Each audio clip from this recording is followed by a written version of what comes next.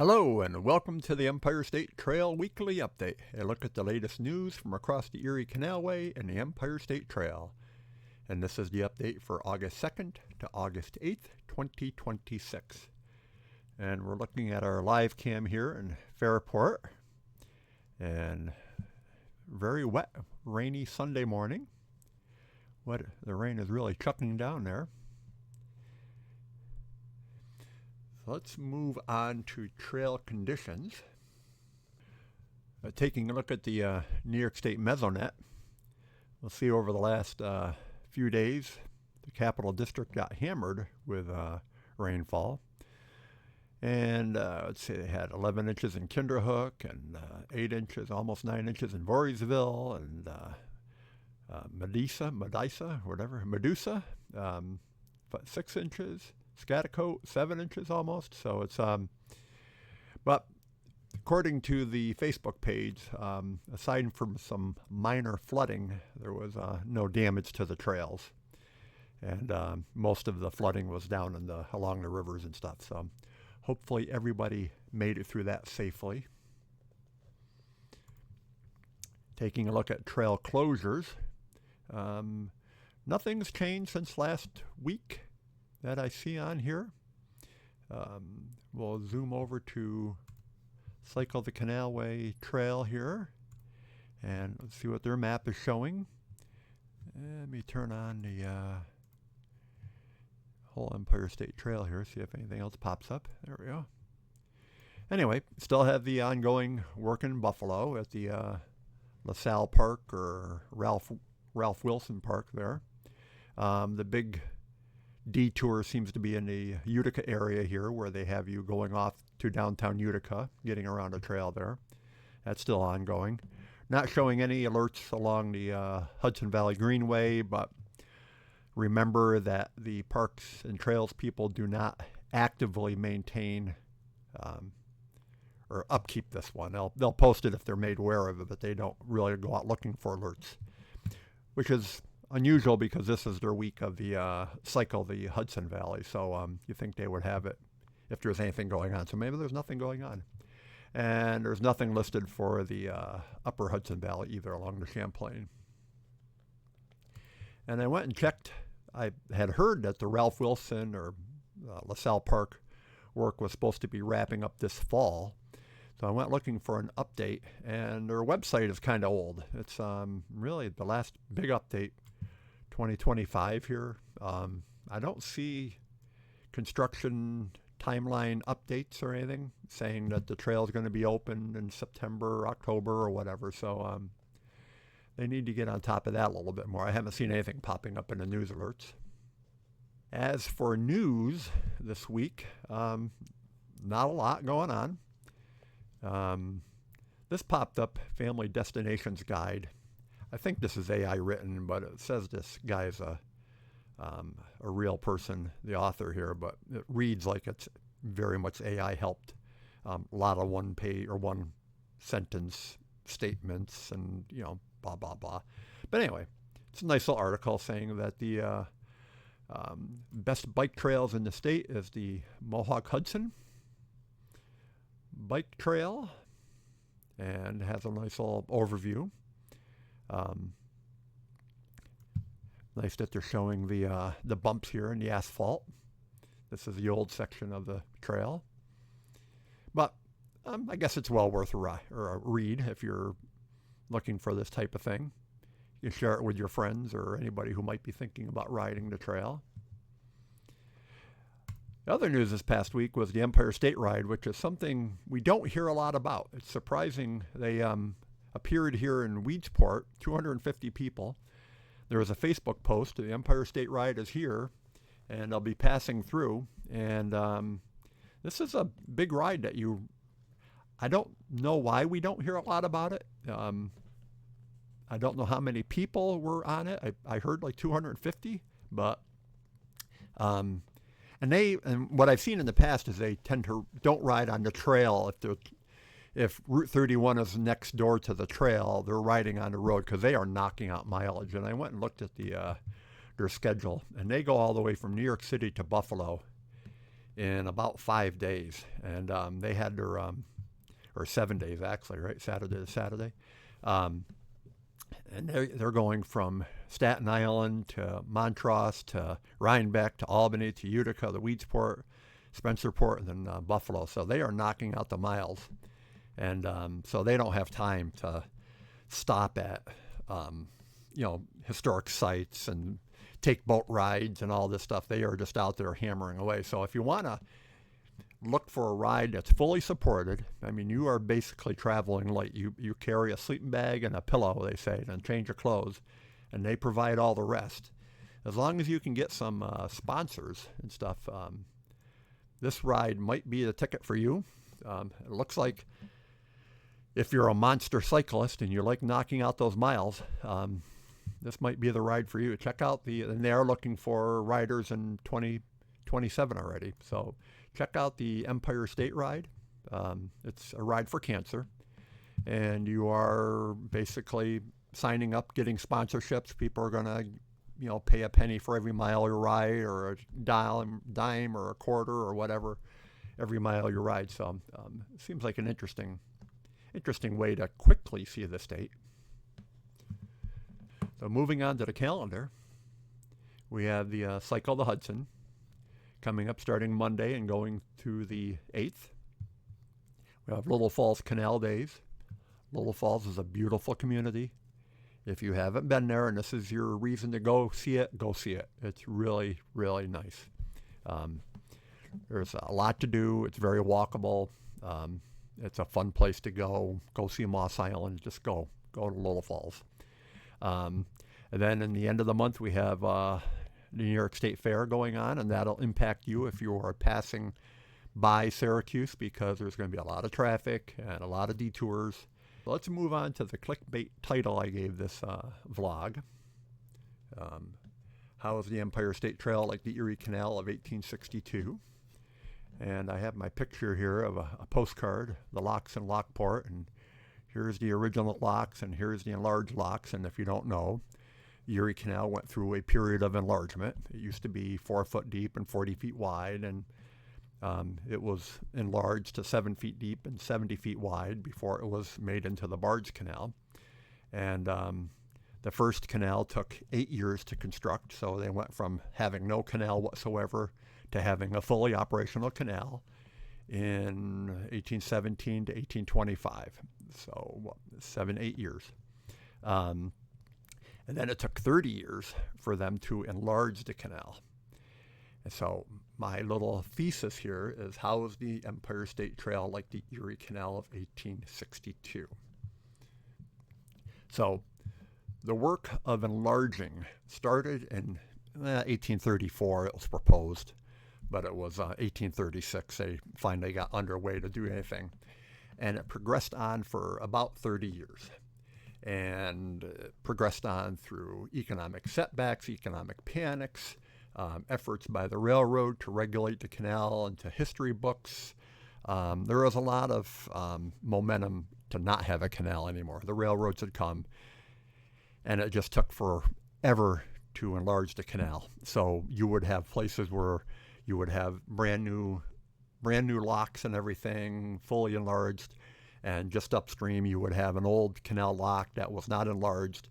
And so until every lock was enlarged and every structure was enlarged to accommodate the newer, bigger boats, the canal is basically the old canal. The route might be improved. It might be straighter. There's a lot of improvements they did aside from locks and aqueducts and all that stuff. But they were not getting the full benefit of the canal until it was complete. And so this took 30 years. It went on and on and on. So in 1862, the state decided that the enlargement project was over, even though it wasn't. They decided, this is it. 1862, we're closing the books on the enlargement.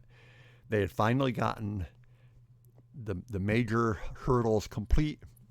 They had rerouted the canal in Port Byron. They had rerouted the canal around Pilgrimsport. They had rerouted the canal in different areas.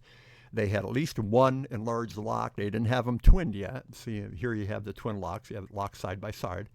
And so in some places they only had one set of locks complete. They didn't have the other one ready yet, but at least they had one so they could pass boats. So they figure 1862, the work was officially done. So whenever you visit a canal museum, you'll see dates. The original Erie Canal, 1825, the Enlarged Canal, 1862. That was a state definition. So I can draw a line in my mind from the decision of 1862 to 2017, when Governor Cuomo announced that the Empire State Trail would be complete in 2020. Of course, it wasn't, but for the state, they could all clap and say that the 750-mile long trail was complete and then move on with life. Their part was done and dusted. Mission accomplished. The trail was then handed over to local owners, and that was it. Those sections that were on road, like Route 31 west of Montezuma, and 70% of the Champlain Trail that was on road, well, okay, tough. Of course, more options were studied, but as with the Montezuma section, it was too much money, there were regulatory hurdles, it wasn't sexy enough, and it would have dragged out the 2020 completion date. The state could have simply widened the road on Route 31 and created a protected bike lane. And while it was doing that, it could have created some nice wildlife passage corridors under the busy road. It's a win-win. They could have moved the trail to a nearby berm and built a mile-long section of new trail, but there were eagles seen nearby. They could have built a new pedestrian bridge over the river and used the old canal towpath and brought into the trail the Richmond Aqueduct ruins. Bridges weren't out of the questions. Heck, they had built a new bridge in Amsterdam. Brand new bridge. The pedestrian overlook there, bridge or whatever it's called, the Riverview, is spectacular. So they could have done it. But no, the use of Route 31 or Route 4 along the Champlain Trail was just quick, easy, and noteworthy cheap. And we heard more than once that they had to cheapen things because they had to build that tunnel in Rotterdam Junction underneath the railroad tracks. The tunnel was a great addition. In fact, there's 2 tunnels there. It was a great addition. They had to do it. It was a safety issue. They weren't going to fight with the railroads. Nobody wins a fight with the railroads. So they had to do it, but that's why we were told we were getting the route on Route 31, and that was all we're going to get.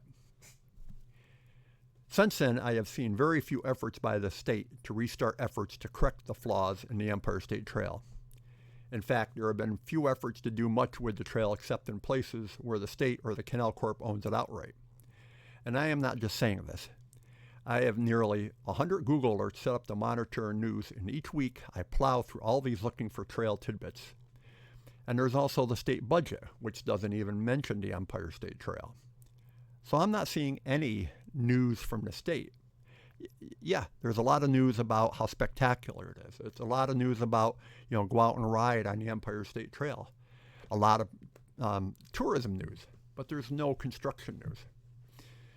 So the big difference between 1862 and 2020 is that the state continued to work on the canal after 1862, after the books were closed.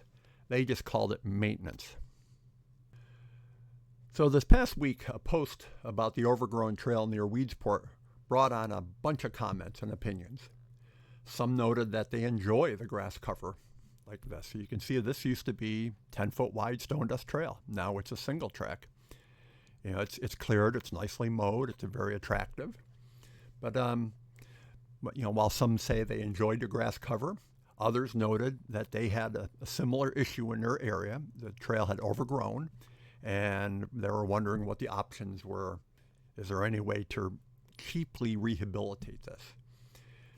This brought me back to the early 1990s when our local advocacy group was pushing the state to build the trail through the Mohawk Valley. And although the Mohawk-Hudson Trail was asphalt, the state, by way of the Canal Corp and Thruway Authority at the time, and they were in control of the new build-out, they wanted stone dust as a cost-saving measure. And I remember visiting with Barb Spraker in Canajoharie. If you've heard of Sprakerville or Sprakers there by Canajoharie, Barb Spraker was a legacy member of that family. She was kind, she was generous, she was no nonsense, she was a powerful woman, and she would not have it. And she demanded blacktop. She wanted a blacktop trail. She wanted people to be able to push the baby strollers to roller skate and everything else. And I think she finally got her way in the Fort Plain area, in the Canajoharie Fort Plain area. Other sections demanded stone dust, as it was easier to run and walk on. I remember, I think out in DeWitt area, there were talk about putting asphalt down. The runner said, no, it's nicer to run on stone dust. And so while blacktop has its purposes, a badly installed and poorly maintained blacktop surface is horrible, and stone dust can be fixed by volunteers, and I think that was one of the key points. So whatever the surface was, it is what we got. So what's next? Well, it would be great for the state to step up and find a willing local partner who is looking to try new and innovative ways to rehab the trail. For instance, pick the town of Brutus. Look at the trail here.